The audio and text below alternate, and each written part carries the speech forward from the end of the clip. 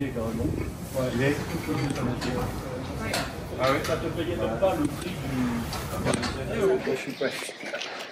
David Topia, qui est député du Gers, donc, et ancien président de la communauté de communes, qui s'occupe qui est dans la commission des affaires économiques à l'Assemblée et qui connaît bien l'agriculture. Donc Bertrand Pancher est notre président de groupe, qui est député de la Meuse. Donc la Meuse, c'est aussi un département agricole.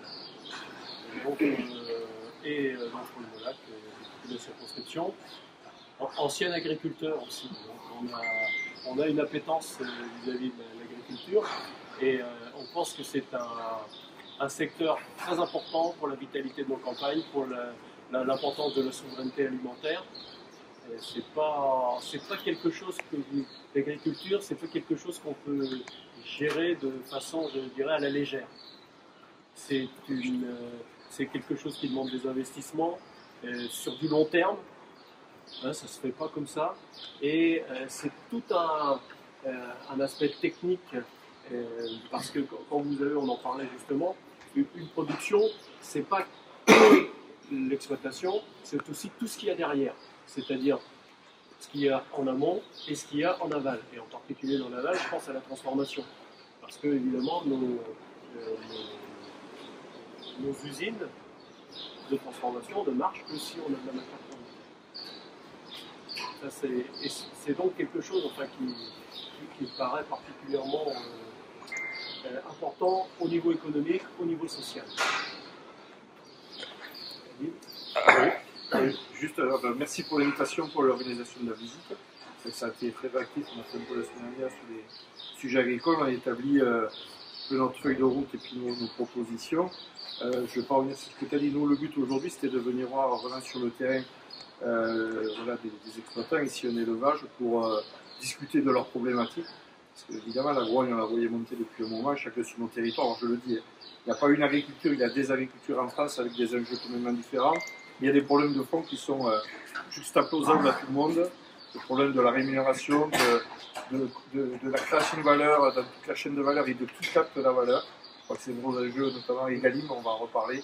Et l'agriculteur est sûrement celui qui capte le moins de valeur dans toutes ces chaînes de valeur. C'est plutôt la partie aval qui capte beaucoup, donc on a besoin de rééquilibrer tout cela. Mais aussi, c'était de voir, parce qu'il y a un vrai mal-être qui est dû aussi à la difficulté de gérer l'exploitation. C'est toutes les démarches administratives, c'est tout le côté normatif qui est des fois redondant et éloigné du terrain, on l'évoquait, des périodes d'épandage qui sont fixées sur des dates bien établies, alors qu'effectivement la météo en Bretagne, bon, je ne vais pas dire qu'il pleut beaucoup plus que dans le Gers, parce que c'est un euphémisme, mais évidemment on ne pourra pas épandre sur certaines dates parce que l'agriculteur il a aussi du bon sens, l'éleveur a du bon sens, vous allez le faire aussi par rapport à la météo que vous avez. Et donc, on a des gestions un peu trop administratives, des fois on a besoin de un peu de souplesse. On l'a évoqué sur différents sujets. Et ça nous préoccupe aussi d'aller sur le terrain et d'avoir une démarche plutôt ascendante, c'est-à-dire arrêtons d'avoir une gestion très verticale qui descend de l'Europe, de Paris, et ça arrive sur les territoires et l'agriculteur se dit mais qu'est-ce que je fais avec ça? Ça ne correspond pas à mes pratiques. Par contre, on pourrait faire quelque chose qui soit aussi vertueux, mais peut-être un peu plus intelligent. Je pense qu'on est un peu dans cette démarche aujourd'hui, c'est de venir voir les agriculteurs sur le terrain pour comprendre les ressorts de leurs différents problèmes. On parlait de la DGA tout à l'heure et de l'absurdité de prévisionner, la mettre à jour régulièrement et de payer à chaque fois pour une mise à jour qui n'apportera rien de plus si ce n'est d'avoir un dossier qui est administrativement calé. Mais est-ce qu'on ne peut pas être un peu plus souple là-dessus? Parce que ce qui importe, ce sont les objectifs, c'est que l'agriculteur il vive de son métier, qu'il s'en sorte. Et voilà. Et aujourd'hui, je pense qu'il y a beaucoup de choses qui se sont mêlées dans la revendication. Le problème je disais la rémunération, mais il y a aussi le problème de toutes ces normes, de ces charges administratives qui sont venues alourdir le métier. Parce qu'un agri, lui, ce qu'il importe, c'est son cœur de métier. Ici, chez nous, c'est l'élevage. L'élevage, c'est la production de lait. Ce sont des porcs aussi, là, parce que j'ai compris, vous avez dit tout à l'heure. Et je pense que déjà, on a un souci de traçabilité, de normes qui viennent environnementales, qui sont tout à fait logiques, mais quand je gère ça à des échelles, je dirais, plus industrielles, qu'on a la partie agroalimentaire, Il y a des gens qui sont chargés de faire de la qualité, de faire du suivi, de la traça.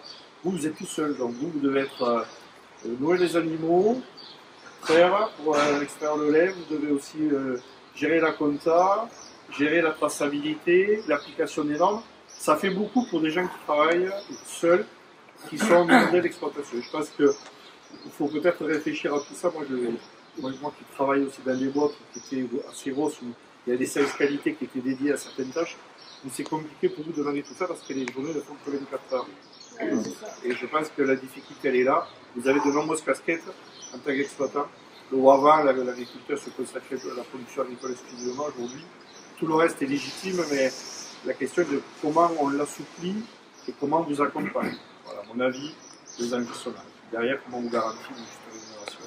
Il y a d'autres sujets, on n'évoquera peut-être pas, mais les accords de libre-échange, le fait d'avoir une concurrence loyale, le fait d'avoir des clauses miroirs, un sujet sur lequel on travaille. Moi, j'ai signé une proposition de résolution à transmettre à l'échelle européenne pour qu'on impose des clauses miroirs et que la norme et les normes environnementales et sanitaires qu'on applique en France soient aussi exigées pour les produits qu'on importe en France. Sinon, ça crée des véritables différences de coûts de production et on ne peut pas être compétitif. Voilà.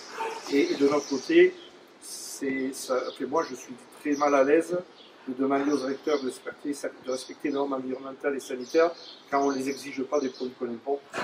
Je me disais le jour, moi, avec des éleveurs de poulets chez moi qui voient le poulet d'Ukraine arriver sur le marché avec des normes différentes, je me disais, est-ce qu'on ferait venir des voitures chinoises en Europe qui ne sont pas au standard de sécurité environnementale? Est-ce que les Français achèteraient ça? Non. Mais là, ils l'achètent parce qu'on n'impose pas d'exigence. Je pense qu'il y a un gros travail là-dessus à faire aussi. Tout ça, on l'a beaucoup entendu pendant 15 jours, pendant les manifs agricoles.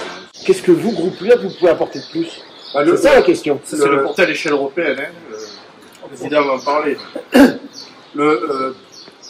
D'abord, on est des parlementaires du groupe LUAT. Et des parlementaires ici qui sont très, très expérimentés. L'ADN de notre groupe, c'est d'être à l'écoute des territoires, depuis toujours. On est tous des élus indépendants, on a tous été élus sans le soutien de partis politiques, et on a notre légitimité que parce qu'on écoute nos concitoyens. Comme Paul, généralement, quand on est élu, on est réélu, ça veut dire quand même que nos concitoyens nous font confiance. Donc, on écoute nos concitoyens. Deux, il n'y a pas de majorité à l'Assemblée nationale, et par conséquent, le gouvernement est obligé de s'appuyer sur des groupes parlementaires comme les nôtres. On n'est pas dans l'opposition systématique, on nous garde à vous de façon systématique. Trois, on a une loi d'orientation agricole qui arrive, qui est une loi d'orientation dans laquelle il n'y avait rien du tout, dans laquelle il n'y avait même pas la souveraineté alimentaire. On réintroduit la souveraineté alimentaire et on a vraiment envie de faire en sorte que ce soit une bonne loi agricole. Et pour que ce soit une bonne loi agricole, on est à l'écoute des professionnels eux-mêmes. On a été tous sur les ronds-points et sur les manifestations agricoles, tous, David, Paul et moi. Les organisations agricoles, les agriculteurs, on les écoute au quotidien. On est venu aujourd'hui ici parce que ça nous permet d'avoir une bonne aussi synthèse des problèmes. On va rencontrer toutes les organisations au Salon de l'Agriculture dans 15 jours et on va faire en sorte que les propositions qui sont des propositions du terrain soient dans la prochaine loi. En termes de simplification, en termes de rapport de force pour les négociations dans le domaine des prix avec la grande distribution. Je rappelle quand même qu'il y a eu des lois Egalim qui ont été votées qui n'ont pas été appliquées ces 6 derniers mois parce que le message était complètement contradictoire. On a dit à un moment, pouvoir d'achat, il faut baisser les prix. On se dit, non, maintenant il y a quand même un problème, il faut que la grande distribution rachète. Donc, la question de la simplification, la question des prix, la question du soutien aux outils industriels, la modernisation, et puis également, il y aura aussi le débat européen. Mais si on règle déjà nos problèmes français, je pense que l'agriculture fera en sorte que ces conflits, et c'est quand même pas normal que tout le monde soit obligé d'être dans la rue pour être écouté. Essayons de faire en sorte que ces manifestations soient vraiment utiles. On a une loi, que cette loi soit bonne. Pour qu'elle soit bonne, il faut qu'on écoute les uns les autres. Il y a un autre aspect pour monsieur. Quel est finalement, vous nous demandez qu'est-ce qu'on peut faire et quelle est la plus-value du groupe. Il y a une chose, oui, il faut parler plus fort. Donc il y a une chose que nous défendons, et on aimerait bien que d'autres le défendent, c'est cette question de surréglementation. Aujourd'hui, les règles qui sont faites, en fait, sont écrites directement dans les ministères à Paris. Mais ceux qui les appliquent, c'est soit les fonctionnaires qui sont à la préfecture, soit directement les agriculteurs. Et on voit bien que tant que ceux qui font la réglementation ne l'appliquent pas, et parce que ce n'est pas leur rôle, c'est d'autres qui appliquent, eh bien, ils pourront toujours faire une super réglementation, mais qui sera inapplicable sur le terrain. Et la seule chose, si on veut que les choses changent, il faut que ceux qui appliquent les règlements soient aussi ceux qui les fassent. Et ça veut dire qu'on a besoin d'un choc de décentralisation et même d'autonomie dans ce pays. Sinon, on n'y arrivera pas. C'est pas compliqué. Je veux dire, ça fait 20 ans, depuis que je suis député en 2012, et je pense que Bertrand était à partir de 2007, on parle tous de simplification. Vous l'avez vu, la simplification administrative? Moi, je ne l'ai pas vu. Plus on en parle, moins on en fait. Exactement. Et plus on essaye de simplifier, plus ça complexifie. Donc la seule solution, c'est de faire confiance aux acteurs de terrain, à la fois bien sûr les professionnels, et deux, que les gens qui les accompagnent, c'est-à-dire les fonctionnaires, soient ceux aussi qui font les règlements. Ça se passe comme ça dans tous les pays d'Europe qui nous entourent, ils ont tous une autonomie. Chez nous, on est encore dans un système centralisé, et je pense que ce système, il amène aujourd'hui, il arrive à son terme.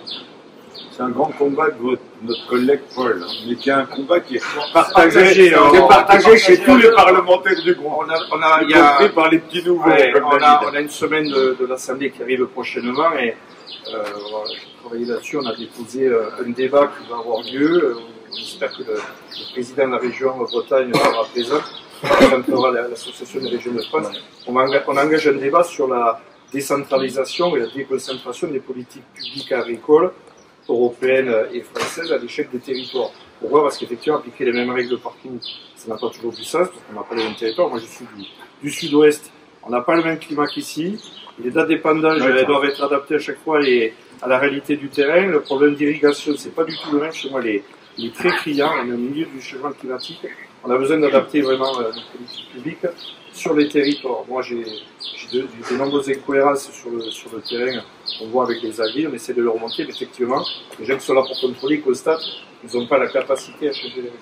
Donc, on milite pour ça, et donc il y aura un vrai débat à l'Assemblée dans quelques jours, puisque c'est la semaine du salon de l'agriculture, fin février.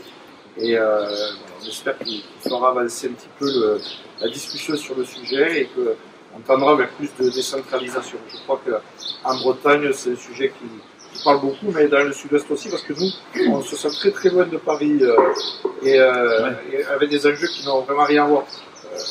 Quand vous voyez qu'on a pris de manière uniforme les aides PAC, alors que moi, dans mon territoire, on a des rendements 2 fois inférieurs à ce qu'on a dans la Beauce, et qu'on a les mêmes contraintes et même plus de charges parce qu'on est un territoire très vallonné, donc les coûts de carburant sont plus élevés. On voit qu'il n'y a pas de logique. On a besoin de s'adapter aux particularités de chaque territoire. Je peux vous dire, il n'y a pas une agriculture en France, il y a des agriculteurs. Moi, mon objectif, c'est que chaque territoire se développe avec ses spécificités. Moi, chez moi, on l'a développé avec des productions à plus forte valeur ajoutée. On fait des semences, on fait de l'ail, on fait de la vigne. Voilà, on s'est développé sur des marchés un peu de niche. Donc voilà, je pense qu'il y a nécessité de vraiment adapter nos politiques qui sont un peu trop uniformes et centralisées. Vous êtes venu au Val d'Oust, là, vous pouvez peut-être aussi nous présenter un peu l'exploitation que vous êtes... Peut-être que les éleveurs sont les mieux placés pour se présenter. Alors oui, moi je suis Audrey Gaucher, donc je suis installée sur l'exploitation familiale depuis 2009 avec Damien en salarié au début et il est associé avec moi depuis le 1er janvier 2019. On est tous les deux sur un élevage d'une centaine de vaches pour 1 million de litres de lait produit par an avec 124 hectares et 300 porcs à l'engraissement. Alors, pour rejoindre ce qui vient d'être dit en termes de problèmes, difficultés, concrètement, vous, qu'est-ce que vous avez comme on va utiliser le mot problème, mais c'est peut-être pas celui qui convient. La première avertie va mieux ou si tu as les mots. Bah, comme on l'a plus ou moins déjà dit, hein, c'est la surréglementation par moment. Comme vous le disiez, c'est que entre le Gers ou la Bretagne, bah, les climats sont différents, mais on a les mêmes règles. On parlait des épandages, aujourd'hui, avec la pluviométrie qu'on a eue, c'est compliqué. La réglementation est la même pour tout le monde, mais le territoire français est très varié. Donc, s'adapter, je pense, aux régions. C'est quoi l'urgence pour vous dans votre exploitation concrètement? De quoi vous avez besoin aujourd'hui très vite? D'argent. D'accord. La rémunération de notre rémunération. Quand on voit par rapport au nombre d'heures travaillées, donc de 7h le matin à 7h le soir, grosso modo une journée de 7 heures, comme on dit chez nous, mais ça c'est au minimum quand tout se passe bien. Donc comme vous voyez, on est 2 exploitants pour 1 million de litres de lait, donc 300 porcs pour 124-125 hectares. Et aujourd'hui, le revenu n'est pas à la hauteur du temps passé. Alors la faute à qui, ça, je ne saurais pas vous dire, entre la grande distribution, entre les industriels, voilà, tout le monde se renvoie plus ou moins la balle. C'est qui votre coopérative? Alors nous, on livre chez Sodial. Sodial. Donc, ça va mieux que ça a été, et on espère que ça va continuer. Et vous souffrez vous aussi de cette complexité administrative qui s'intensifie, et vous avez un exemple concret par exemple? Alors moi je suis JA, je termine le JA, donc quand on parle d'administration, ça veut dire que quand je me suis installé, on m'a demandé de faire des prévisionnels économiques. Sachant qu'aujourd'hui personne n'est capable de nous dire de ce qui va se passer dans 2 ou 3 mois. Donc, vous avez pu voir tous les problèmes géopolitiques qu'il y a eu, avec la guerre d'Ukraine, la flambée des prix. Aujourd'hui mon prévisionnel était plus ou moins valable par rapport à ce que j'avais annoncé. On nous demande de nous projeter dans 5 ans alors qu'on est incapable de nous dire comment on va être payé dans 3 mois. Qui vous demande ça? La banque? Les banques, ouais. Ouais. Les banques nous demandent les rentes, les coopératives de terme nous demandent un prévisionnel également. Et tout ça, c'est conditionné avec des financements, je suppose? C'est-à-dire oui, si vous ne répondez pas en temps, en heure, avec les bons critères, c'est ça. On vous aide d'un côté, mais si on veut récupérer l'argent qu'on nous a prêté... Et là, quand on arrive au timing au dernier, qui vous aide? Qui est là pour vous aider? On est toujours seul ou on se tourne vers qui? Alors, soit on est seul, mais quand on vous dit que de 7h le matin à 7h le soir, on est dans notre exploitation, il faut encore réussir à trouver un moment pour faire les papiers là.